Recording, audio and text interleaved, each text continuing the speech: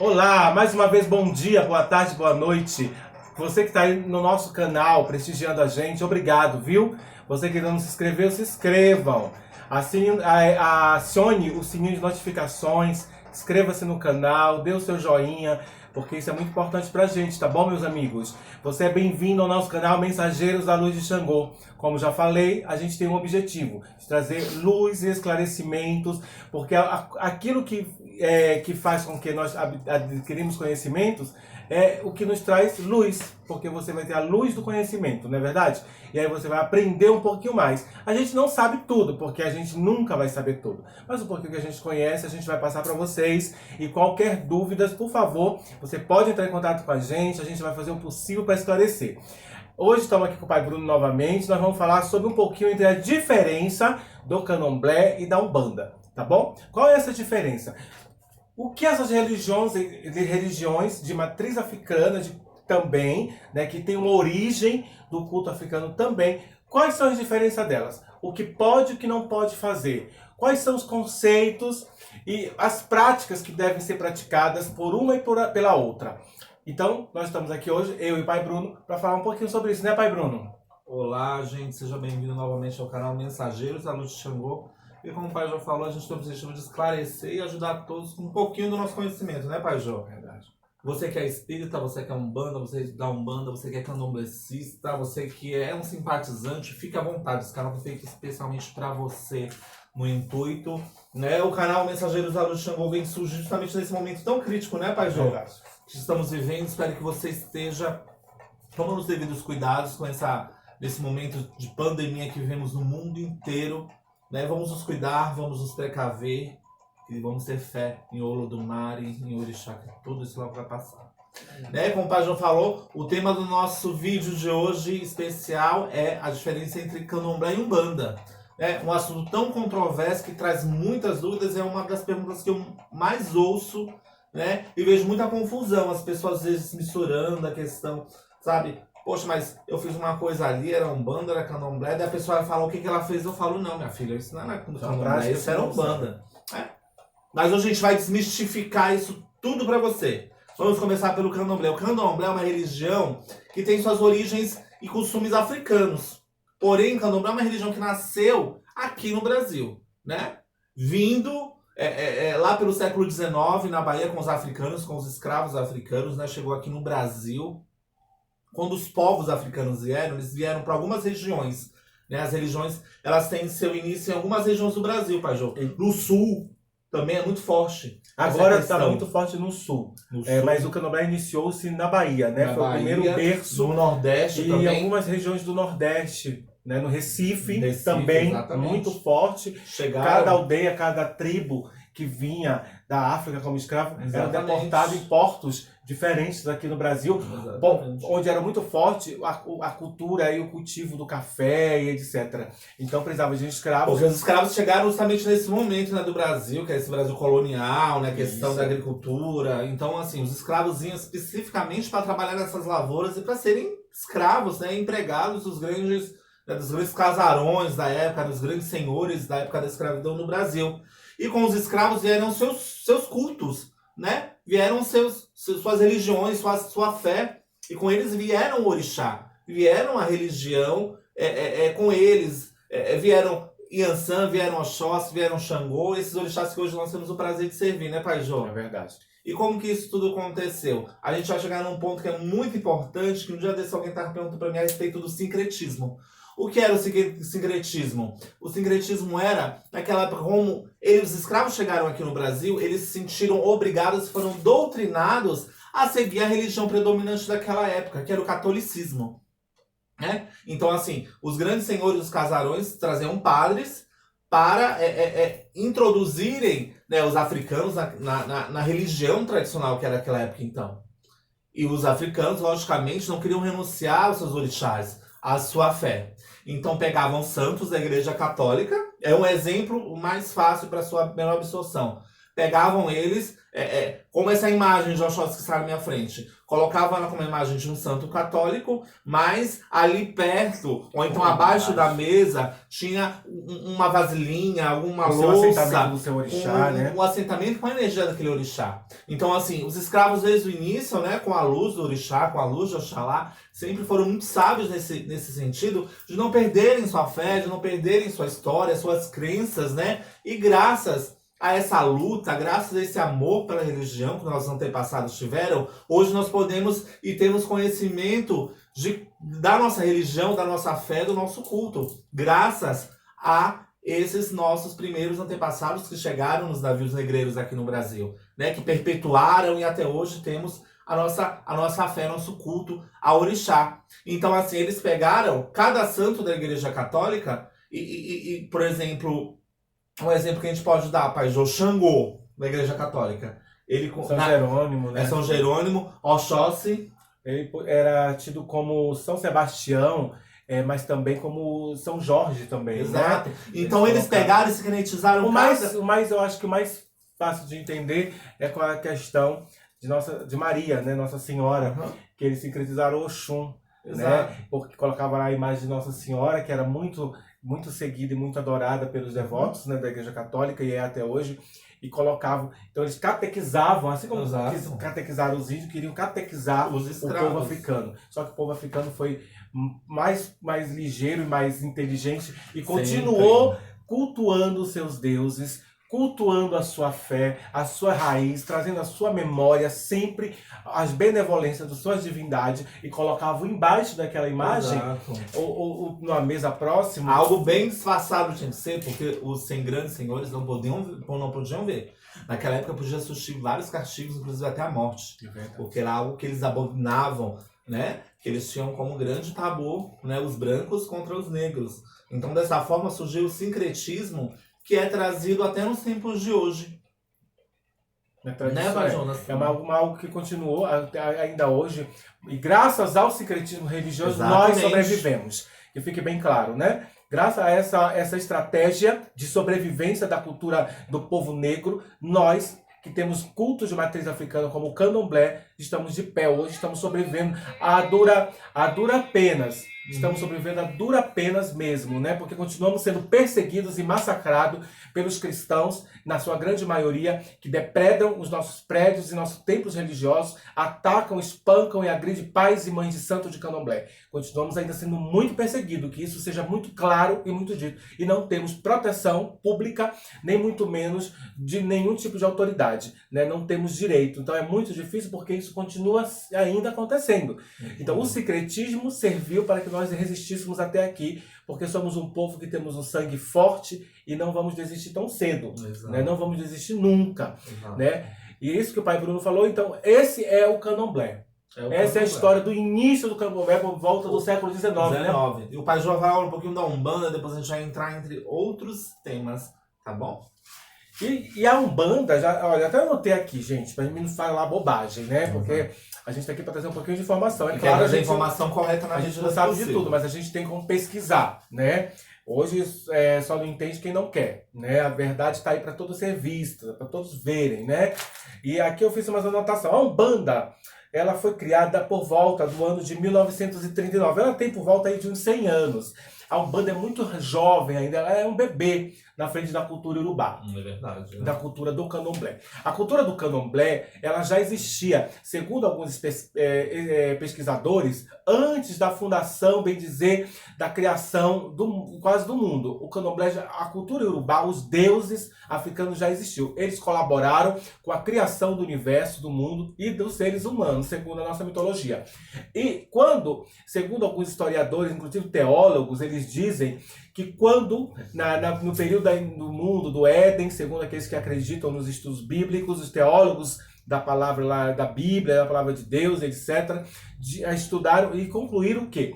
Na época, quando Caim matou Abel, ele se distanciou para o outro lado do continente, foi para o outro lado ali, da onde ele vivia com seus pais, e ali formou a sua família, a sua aldeia, e a partir de então começou a cultuar, que é o culto à natureza. O candomblé nada mais é do que o culto, o louvor e a gratidão que temos pela natureza, pelo estarmos vivos, pelo ar que respiramos, pelo fogo que nos aquece, né? Pela água que bebemos e etc. E aí surgiu. A Umbanda não, vai Bruno, a Umbanda ela já é bem recente. Ela já nasceu na cidade do Rio de Janeiro. Né? É uma cultura totalmente brasileira. Foi desenvolvida a partir de doutrinamentos e ensinamento da entidade Sete Encruzilhadas.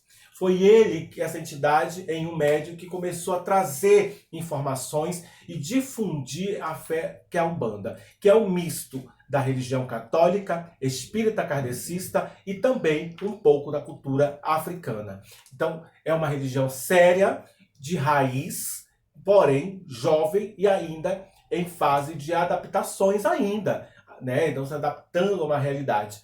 Então, mas o candomblé é um pouquinho mais antigo, mas a Umbanda também tem a sua raiz, a sua história, viu, gente? Uma Tem que religião ser muito respeitada, bonita, né, bonita, e quando se leva a sério é muito sério. Porém, a gente entende que não pode misturar, né? Não pode, amigo. Cultos africanos, iniciações de orixás, determinados trabalhos feitos com odus e trabalhos espirituais ligados. Iniciações, somente quem inicia pessoas no orixá, que a gente vai mudando de assunto um pouquinho, só para deixar claro para todos. Questão de incorporação de orixá, né, de raspar, né, que as pessoas são uma palavra que se usa muito, de iniciação, né, de pessoas dentro da religião de matriz africana, candomblé, é só feito pela religião candomblé.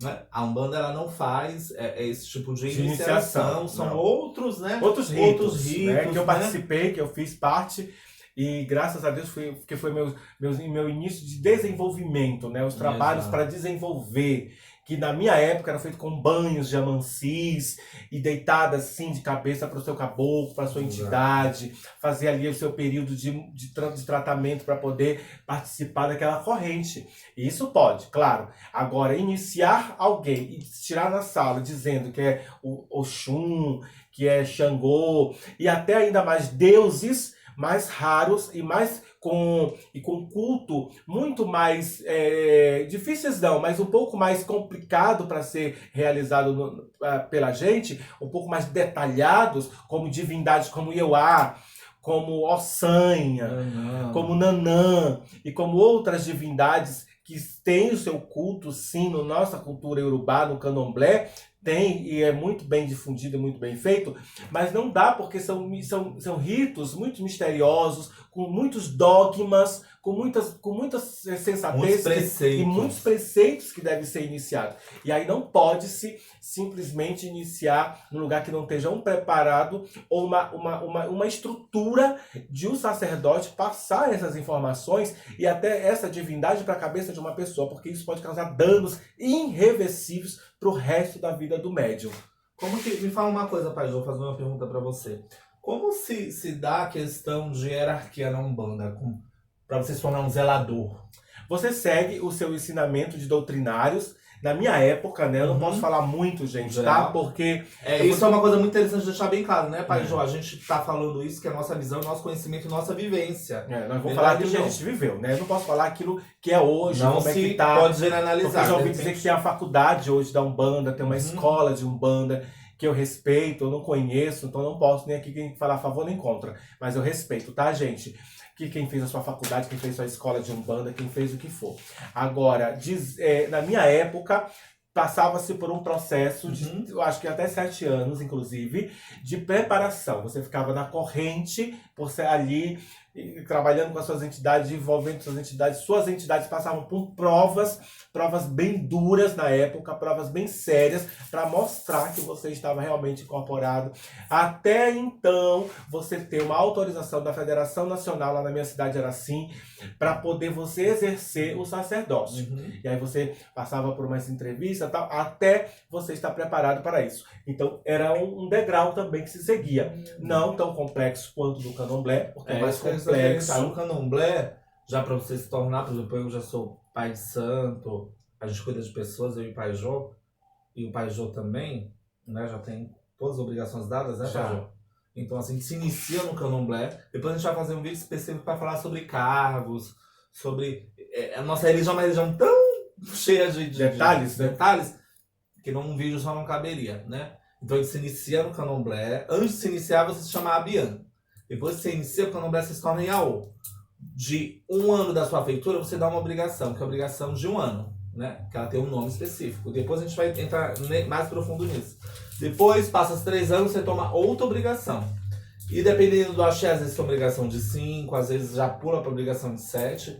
E assim vai. Após essa obrigação de 7 anos, daí sim, ali é visto se você tem esses méritos de se tornar um babalorixá, que é algo muito Ou se tem um importante. destino, né? Exato. Se tem um destino para essa missão, se você tem, realmente é uma coisa dada por Olodumare, nem todo mundo nasceu para ser pai de santo, nem todo mundo nasceu para Exato. ser de candomblé, nem todo mundo nasceu para ser pastor, nem todo mundo nasceu para ser padre. Então, assim, na hora, né, Pai Bruno, que é feito as suas obrigações de 7 anos no candomblé, é definido ali se você terá sempre essa tudo, chamada, né? Na nossa religião, na nossa tradição, todas as obrigações, né, que a gente chama, todos os nossos preceitos, tudo é feito, sempre é jogado através dos búzios, né? Os búzios sempre vão estabelecer, né, o que deve ser feito, né? E essa aqui é a nossa ligação diretamente com o Lorum, com o Lorum, com o Orixá, com o Olodumare. É eles que vão passar tudo que tem que ser feito. Então não tem como errar. Não é uma invenção da cabeça do homem, né? É algo vindo diretamente, né, Pode dos ser criado na orixás. cabeça da pessoa, né? Eles que vão nos dizer que caminho seguir, por onde começar, por onde terminar, que tipo de ebó, que tipo de, Exatamente. de linhagem seguir. E certos ritos, né, que existem no candomblé não é coerente que exista na Umbanda, né? Porque ebós, por exemplo, ebós, ele só é feito de acordo com a necessidade do consulente ou do filho de santo. Tem milhares de ebós. Ebó para abertura de caminho, ebó para saúde, ebó para negócio, ebó para amor, ebó para quando a pessoa está enfeitiçada, feita macumba, feita ebó para várias coisas. Então é necessário primeiro jogar búzio. Quem está autorizado a jogar búzio, Pai Jô? Quem pode jogar búzio? Só o sacerdote de candomblé.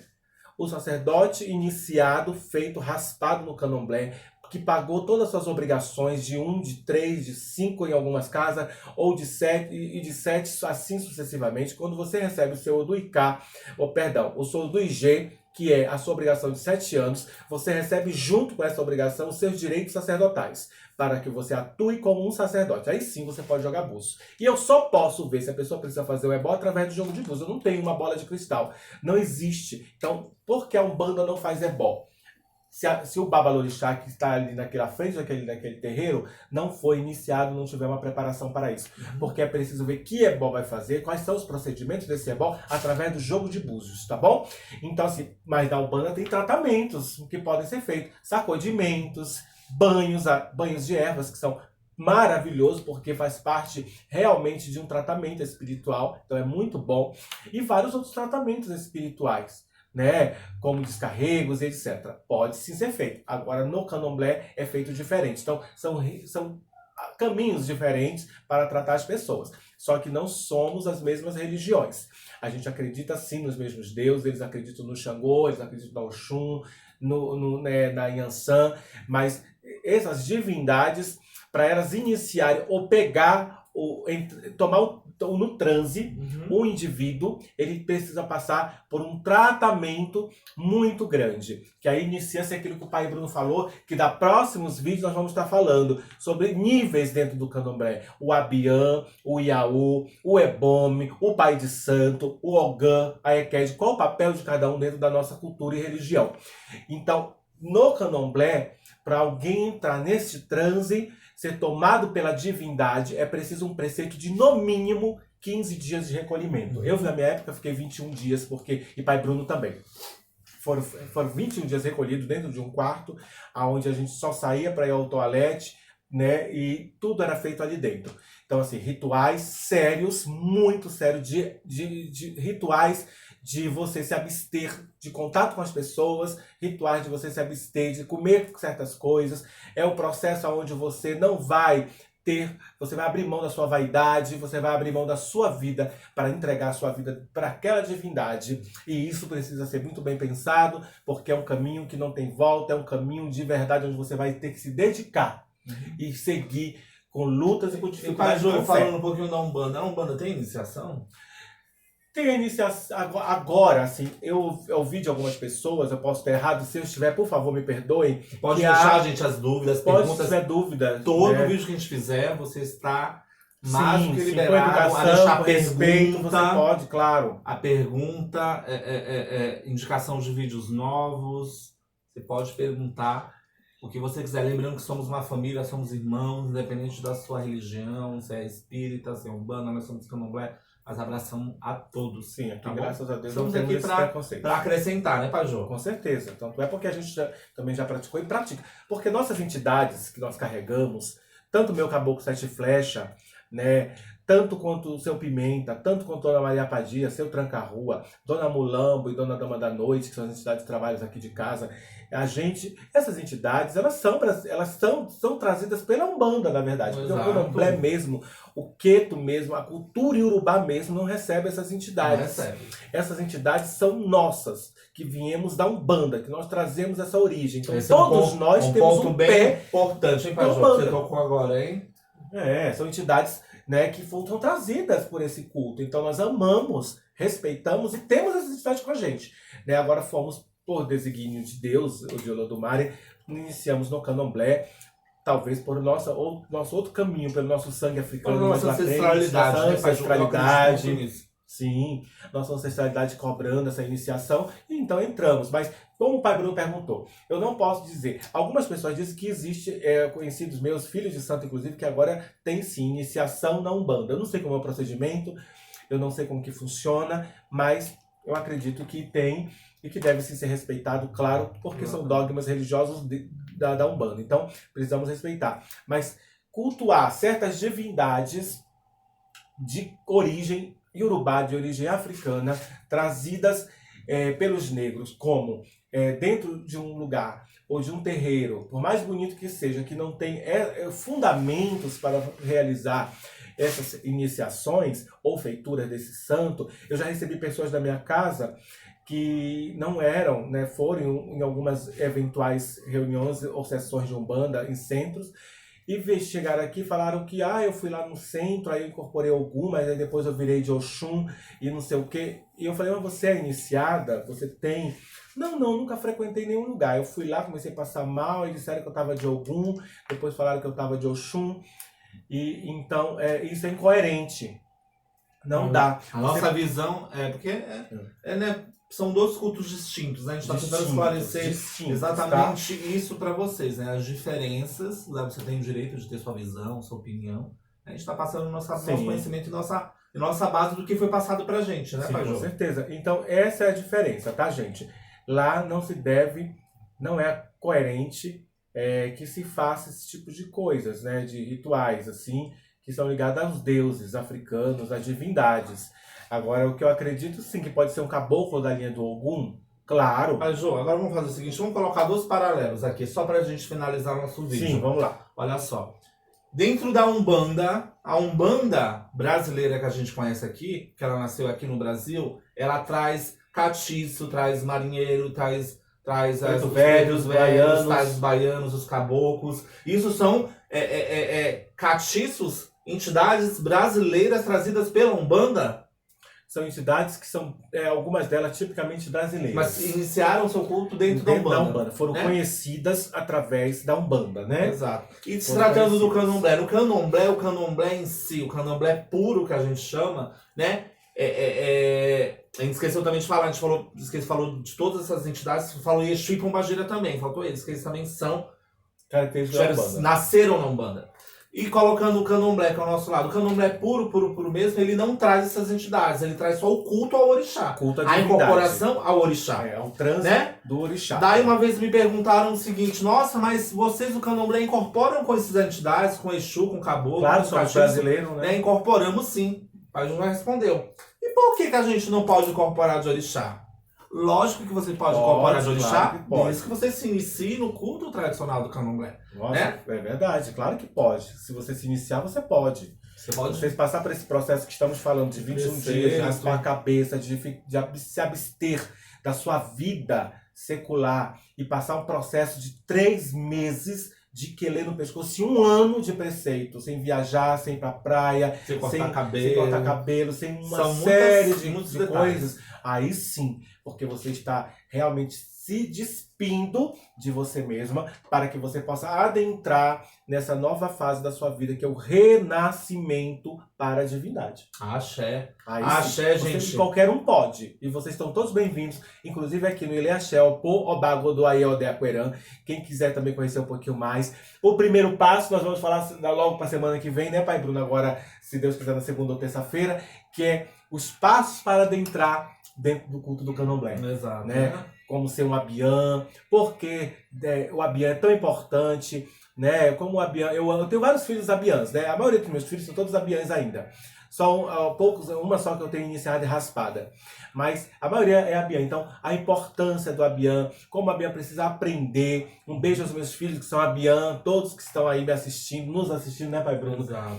É o meu filho Rodrigo, a minha filha que é de Sheila, a minha filha Anaísa, aos meus filhos César, e muitos outros, né, que estão por aí, que a gente não dá para falar de todos, mas que ainda estão aprendendo sobre um pouco do que é ser candomblessista, das dificuldades de ser candomblessista. Nós não temos aqui uma varinha de condão, não é flores apenas. Exato. Tem muito espinho, e para você entrar, realmente você precisa primeiro se tornar um Abiã, conhecer como é que se faz ali uma comida, ver como que se organiza um barracão, na organização, na limpeza, na higiene, aprender, né, os ritos, as cantigas, para quando você raspar o seu santo, você ser um Iaô, você não passar vergonha. Exato. Né? Não saber Nossa fazer religião é nem a uma comida do seu religião hierárquica, né? Mas isso é assunto para outro vídeo. É. Né? Queremos agradecer você que ficou até aqui conosco, nos prestigiando. Pedimos novamente que você curta, por gentileza, compartilhe, se inscreva no nosso canal, deixe seus comentários, isso é muito importante. Faça suas perguntas, indicação de novos vídeos, teremos o prazer de atender e responder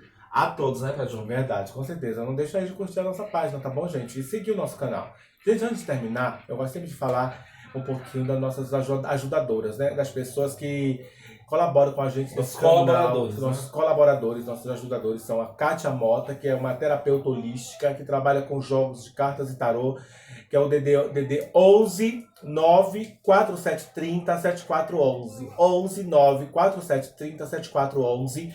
E uma pessoa maravilhosa, de um conhecimento incrível relacionado ao jogo de baralho de Marcélia, que as minhas clientes e filhas que têm passado com ela estão gostando muito das respostas, tem visto que é uma pessoa muito coerente, viu? E atende prontamente a quem procurá-la, Viviane Raia. Ela é 19 o DDD, tá bom? E o número dela é o 99814 9476. Perguntas, ela está com uma promoção muito legal em perguntas particulares, individuais e no jogo completo também. Gente, eu quero falar uma coisa. Todas as pessoas que entrar em contato comigo e falar que me assistiu no vídeo, que viu eu e o Pai Bruno aqui no vídeo, aqui no nosso canal, o nosso jogo de búzios ele custa R$180. Nós baixamos, quando iniciou essa pandemia, nós baixamos para 150. Porém, as pessoas que entrarem em contato com a gente no nosso WhatsApp 96546-3016, 96546-3016, os jogos de búzios serão cobrados R$100 apenas, tá bom? O jogo vai para R$100 para todos que falarem. Olha, Pai João, nós assistimos seu vídeo no canal, do Pai Bruno também no canal, falando, e nós vimos que o senhor está com uma promoção aí por tempo indeterminado, tá bom? Quem assistir a gente no canal e mandar mensagem vai ganhar esse super desconto aí de quase R$80. Eu agradeço a todos mais uma vez, e que nesse sábado incrível que estamos aqui em São Paulo, lindo, um dia lindo, ensolarado, um céu azul maravilhoso, nós queremos agradecer a Olodumare, o Senhor Supremo da Criação, ao nosso Pai Xangô, nosso Pai Odé, né, que é minha vida e meu caminho, Orixá de Pai Bruno, e agradecer as nossas Iabás, que é a Senhora desses dias. Nossa Mãe Oxum, que é a Senhora da Água, nossa Mãe Monjá, Senhora do Ventre, da Maternidade e das ondas do mar, e a nossa Mãe Ansã, Senhora do Vento, da Tempestade, né? Todas as Iabás, todas, sem distinção. Nós queremos agradecer e pedir que nossas mães ancestrais tragam a todos vocês vida longa, com muita saúde, paz, prosperidade, bom caminho, sucesso a todos. Desde já eu agradeço. Axé, obrigado, gente. Até o próximo. Axé, até a próxima.